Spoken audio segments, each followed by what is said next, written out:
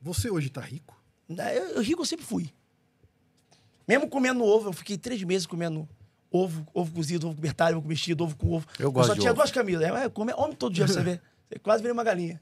Todo dia comia ovo. Eu tinha 2 camisas, a preta e a branca. A branca ficou preta, a preta ficou branca. Não tinha vaso, a gente tinha que fazer necessidade no balde que ficava do lado de fora de casa. E pra ir, eu morava na frente de um mato. E pra ir 3 horas da manhã, quando dava vontade de fazer o número 2. E um medo sereno, o medo do escuro, eu adolescente ali.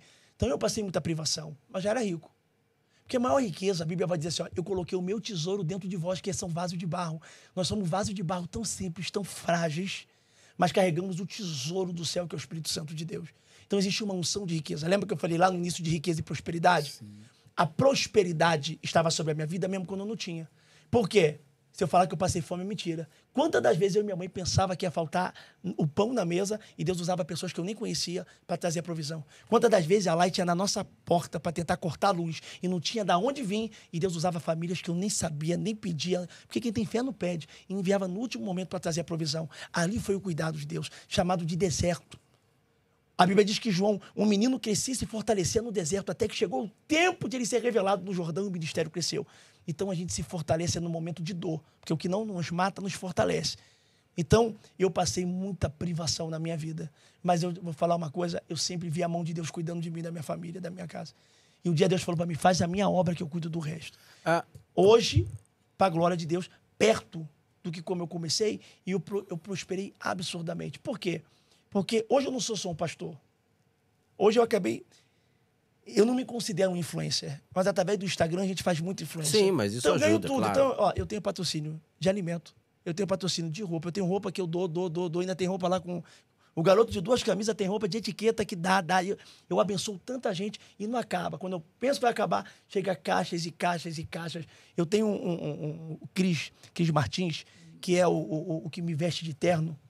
É um dos melhores ternos, elegante. Ele veste... Cris Martins. Ele veste o Gabigol, ele veste todos os famosos aí de cantores, jogadores. E ele veste você também? Ele me veste. Por quê? Porque ele não tinha loja. Deus me usou dentro de um carro, tinha um Honda Civic na época, ele não tinha loja ainda, e Deus me usou dentro de um carro, falando para ele que Deus daria uma loja de terno para ele, faria assim, assim, assim, assim, assim, assim, assim. Se cumpriu na vida dele. Hoje ele está abrindo loja espalhado pelo Rio de Janeiro. Eu fico até arrepiado de falar. Se cumpriu. Hoje ele prosperou. Vamos divulgar e a loja ele dele. me veste. Como é o nome da loja Cris dele? Martins, o melhor. Caramba, Pode procurar, o melhor. legal. E aí eu estava na pandemia. A nossa igreja, na pandemia, era uma pequenininha que fechou por causa do lockdown. E ele começou junto comigo. Então a igreja cresceu, ele é um pilar da minha vida. Tanto de vestimenta como financeiro, ele sempre chega junto. Falar dele até... Aí vou chorar, igual você falou da tua esposa, porque eu sou muito grato, sabe, a Deus, por pessoas que Deus coloca no meu caminho, e que as pessoas não sabem, né? As guerras que a gente passa para chegar até aqui. Não. Sim. As pessoas só vêem a vitória, né? Exatamente, ver você Falando bem, em- E acha ele não que me você conheceu com na muito vitória, dinheiro. não. Ele me conheceu no caos. Ninguém sabe o caminho que você fez para chegar até aqui. E que Exato. passo ainda, né? Ó, a minha casa. Eu moro numa casa muito boa. E eu tenho um carro muito bom. Depois de muitos anos, eu já dei 4 carros para a igreja.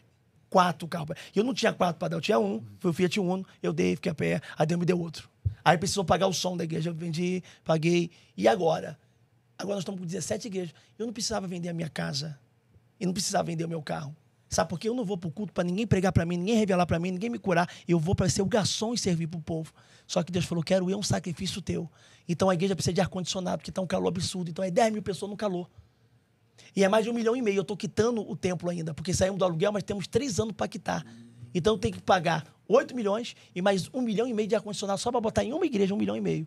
Tem dinheiro? Não tem. Então eu vou vender minha casa, meu carro. Não vai dar para quitar ainda tudo, mas para me botar lá na igreja. Estou eu voltando para o aluguel de novo. Tá triste? Não estou, porque todos os sacrifícios que eu fiz no altar de Deus, eu recebi o melhor de Deus. Porque o altar não toma, o altar devolve. Mas o homem é merecedor, né? Do melhor. Do melhor. Mas eu não estou fazendo isso porque eu sou bonzinho, porque eu estou fazendo porque Deus falou comigo no altar. E todo o sacrifício que eu entrego, eu recebo de Deus. Eu nunca vou conseguir dar para Deus algo maior do que dele recebo. Porque a minha mão não é maior do que a dele.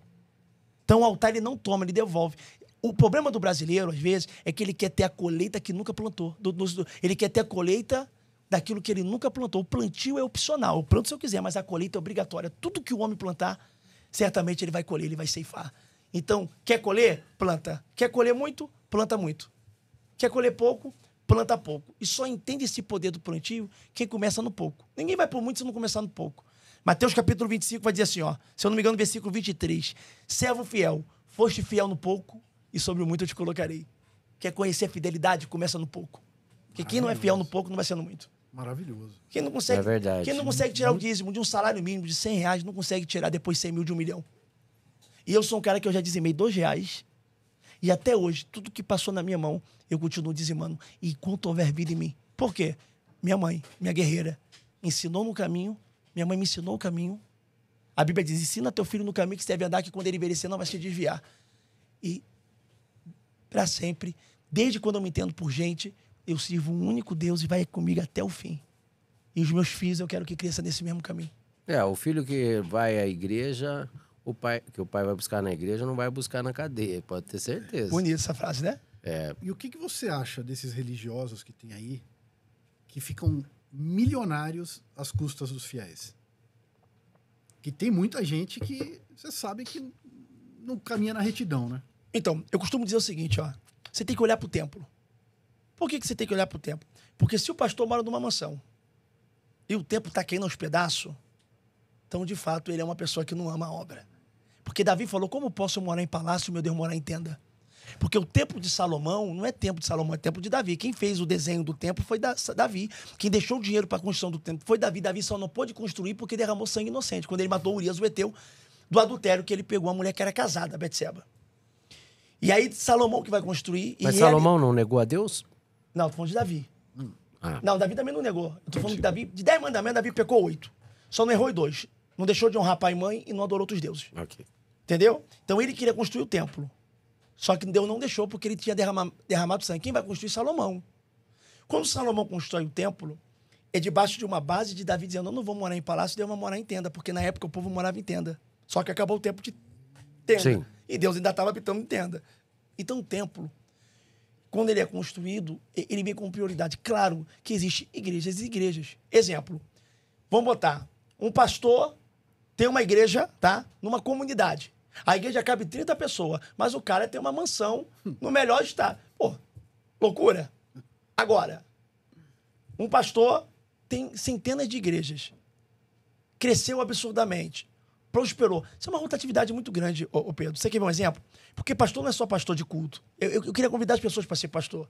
O culto é a menor parte de fazer. O mais difícil é pós-culto e o que antecipa o culto. Então, o pastor... um pastor que trabalha em 3 empregos, 2 empregos, ainda é pastor, ele nunca vai ser um pastor bem-sucedido. O ministério dele nunca vai romper, porque ele não vai conseguir ser o melhor. Porque ele não vai conseguir dar o melhor, nem vai prosperar no trabalho e nem vai prosperar no ministério. Porque Paulo vai dizer na carta de Corinto assim, ó, olha que interessante, quem prega do altar, que viva do altar, quem prega do evangelho, viva do evangelho. Digno é o trabalhador do seu salário. Então, um pastor, tá, que hoje, ó, um aluguel meu, eu pago 100 mil por mês. E o pior... Eu tenho 17 igrejas, não tem? Que eu tomo conta, cuido do tempo das coisas de Deus. Tenho 17 igrejas, só que eu não durmo lá, não moro lá. Tem igrejas que eu nem visitei ainda, que são pastores que eu coloco para tomar conta. Eu cuido de pastores e os pastores tomam conta. Porque você nem visitou ainda? Não tem como. São 7 dias na semana. Você imagina a minha vida como é que é, para 17 igrejas. Então, por exemplo, mas tem pastores que são levantados por Deus e discipulados por mim. Então, eu pastoreio pastores que vão gerar ovelhas. Porque pastor tem que ter contato com as ovelhas. Então, resumindo, tá lá, vamos botar aluguel de 100 mil, São Gonçalo aluguel de 30 mil, tem o aluguel de São Cristóvão que é 20 mil, tem o aluguel de Caxias que está 12.500, porque o outro nós compramos outra parte, são tudo aluguel. O aluguel não tá no nome de Jesus, a luz não tá no nome do Espírito Santo, e nem a água tá no nome de Jeová, tá tudo no meu. Então, as pessoas dormem tranquila porque as pessoas vão para o culto, cultuam a Deus, e quando fala, vamos ofertar na casa do Senhor, a pessoa já vai falar de dinheiro. Como é que paga ali a conta da luz? Eu vou falar o quê para Light? Light! Deus manda eu te dizer. Eu comparo o jogador de futebol, né, Leonardo? O jogador de futebol, eu vejo as pessoas falando, mas o jogador ganha muito bem. Cara, o estádio caro, lota. Você tem que ir o dinheiro para quem tá fazendo a festa, Ó, eu sei que é o jogador, não é? Eu sei, o Santos, que tem gente que gosta de ver pastor. Eu sou da igreja a vida inteira, né? Então, eu ajudei muitos altares. Eu vejo a situação real dos pastores. Não é... Você pega 5, 6 que deram muito certo do sucesso, mas a maioria, grande parte, ô Santos, não é isso não. São pastores que estão comendo água com salsicha, que não tem um carro para quebrar, para andar, é o carro quebrado na garagem, indo de bicicleta. É um povo que fala, pastor, olha para Deus me prosperar, mas não pode ver o pastor prosperando. Eu acredito, você não tem noção do preço que é a vida de um pastor e da família. Ser filho e filha de pastor, meu Deus do céu.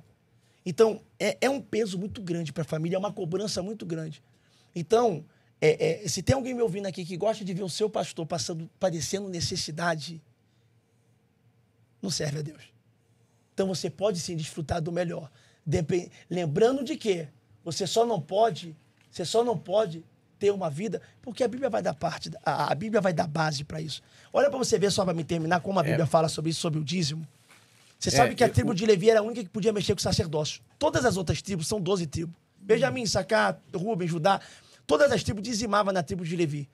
Aí vinha o dízimo, aí o sumo sacerdote, que era sumo sacerdote, pegava o dízimo do dízimo, aí do dízimo dava para o sacerdote, do dízimo sustentava as viúvas e os órfãos.